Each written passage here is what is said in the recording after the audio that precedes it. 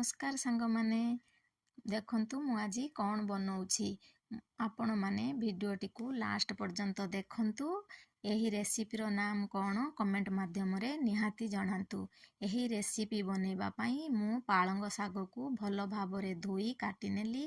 तापरे दही रे बेसन लंका पाउडर जीरा पाउडर धनिया पाउडर लूण देई भल भाबरे मिक्स करि नेली।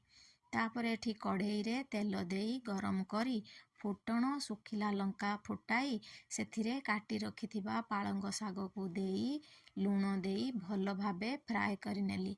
पालंग साग फ्राए होई गला परे सेथिरे मिक्स करी रखिथिबा दही को देली।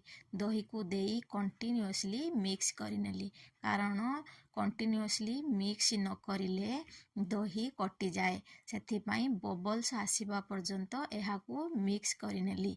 देखंतु एई भली भाबरे दही बहलिया होई जिबा दरकार। तापरे दही बहलिया होई गला परे गैस फ्लेम मु बंद करि नेली।